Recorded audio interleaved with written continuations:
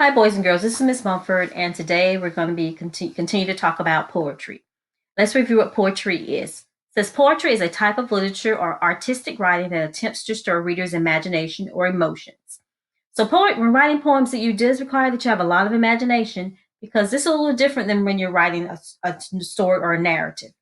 The poet does this by carefully choosing and arranging a language for its meaning, sound, and rhythm. Poetry characteristics. First, poetry will often create visual images in your head called visualization.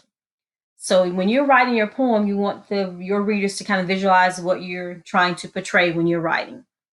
It is tended to be read aloud. Poets write poetry to entertain or express themselves. It's not like your typical writing. You'll find incomplete sentences. Sometimes there's not any punctuations. And the poetry is written in a variety of forms or styles: free verse, narrative, which is like telling us a little short story, lyrical, which kind of makes it sound like a song, or humorous, just something funny. Remember, let's review. The poet is the person who wrote the poem. So today you are going to be a poet and actually write a poem. Poems portray a message. The message of the poem is what the poem is mainly about. It is the main idea of the poem. Imagery means that you're writing, and what you're writing, you want your reader to be able to create that picture in their mind and imagine what you're talking about or what you're describing. So today you are going to write what we called an acrostic poem. First, let's read two of those poems and discuss what it means, what makes it an acrostic poem. So the first one is entitled Pencil. And if you notice, right down the line, it spells the word pencil. Each letter represents a letter in pencil. And if you notice, each line starts with that letter. So that's what makes it an acrostic poem. So I'm going to read this one. It says pencil. Paper is ready, eraser on the end. Need a sharpener now, color of the night. I use it every day. Let me be creative. Pencil. And so when they wrote this poem, they were talking about a pencil. So their sentences or short little phrases is describing in their mind what a pencil is. Paper, you need a pencil for the paper and pencil. There's an eraser on it. You need a sharpener for your pencil.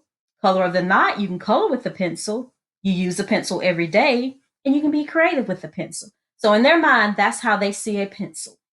So get a second one. This is actually an acrostic poem about acrostic poetry. So an acrostic poem can be about anything, really. Of course, some people like to start each line as a sentence, though I prefer weaving words into a creation that is more free form. If you notice, each letter is a letter in acrostic. Each sentence or line is what we call them, starts with that. And notice how some of these have 3 words in them. Some of them only have 1. Still, it's fine because this is poetry. So let's look at these. Let's talk about what makes it an acrostic poem. So the one rule of an acrostic poem is that a word must be spelled among the beginning letter. So here we have pencil, Pencil, spells pencil. Acrostic, Acrostic, spells acrostic. All lines in a poem should be about the topic word. So the pencil poem is about a pencil. The acrostic poem is about acrostic poetry. And it does not have to rhyme. Not any of these sentences rhyme, so it does not have to rhyme. So let's talk about how to write an acrostic poem. You can brainstorm what you want to write about. So whatever you want to write about, think of the letters in that word. Write the word vertically, which is up and down, similar to how they had pencil and how they had acrostic. The first letter is always capitalized in the poem, even if it's not a complete sentence. Each letter in pencil was written with a capital letter. Each letter in acrostic was written with a capital letter because that's the first word in that line.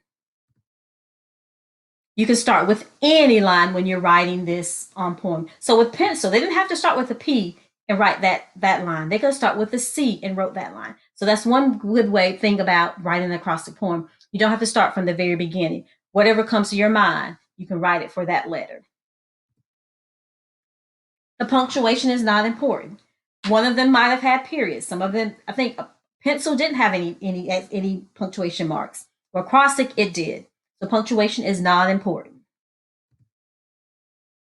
And it doesn't have to be complete sentences.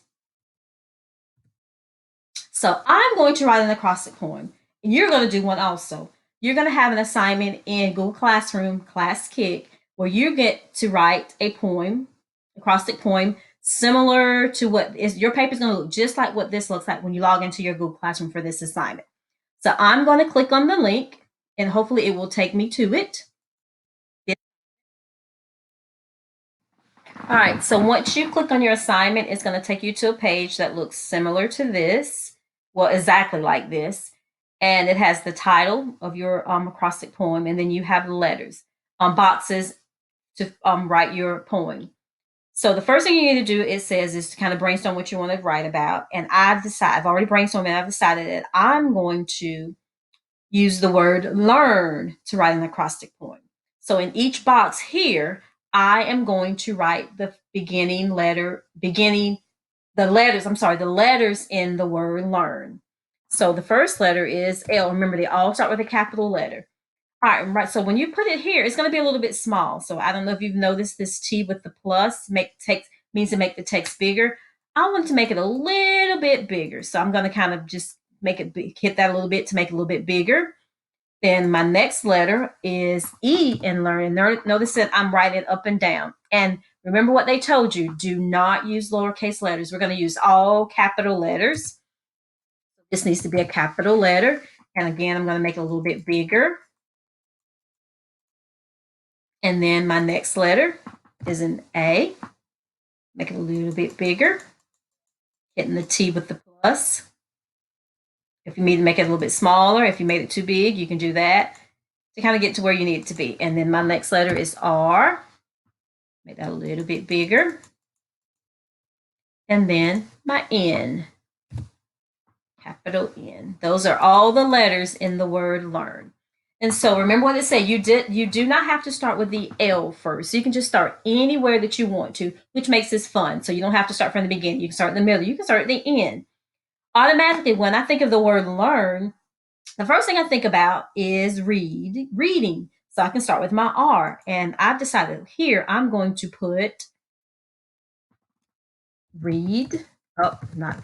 Now this part is not capital letters. It's just like you would write the word read so or read so many books.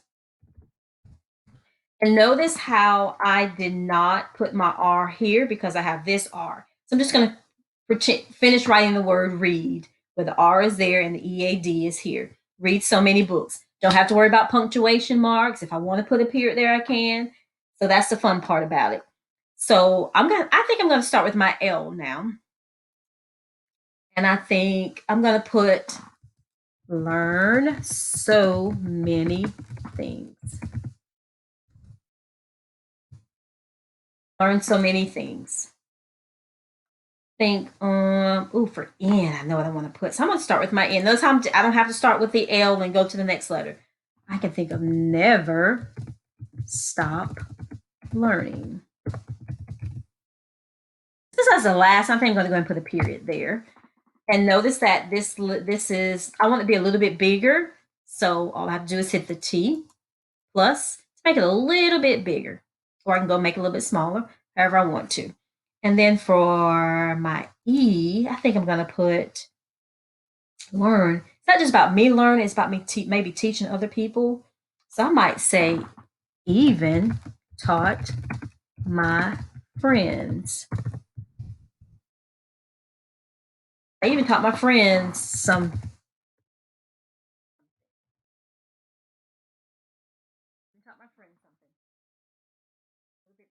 All right, this is a good example. If it goes down to the next line, I would make it small again. So you do all because you want that to be one straight line.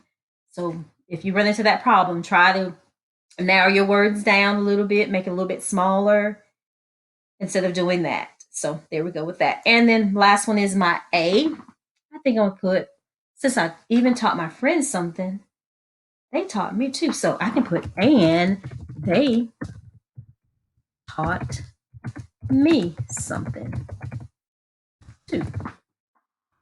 If I can make it bigger, if not, I'm going to leave it smaller. So if it does that, go back to making it the size that it was.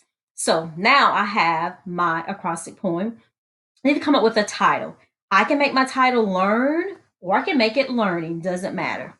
So we can put learn. I think I'm going to put learning as my title. I want to make my title bigger. There's my title bigger. All right, so now when I am done, next I need to, once you've done your acrostic poem, you need to read your poem. So remember, to read the poem, you're going to hit the microphone, hit start recording. Once you're done recording, you're going to hit stop and you can listen to it. If you don't like it, you can erase that. But there's a little trash can, erase that. So for example, if I start recording something, then I stop. Here it is here. If I don't like how it sounds, I can erase it and start over, hit the microphone again. When you're done writing your acrostic poem, you're going to read your poem. Have fun being creative. I can't wait to read your poems. Your teachers can't wait to read your poems. So have fun.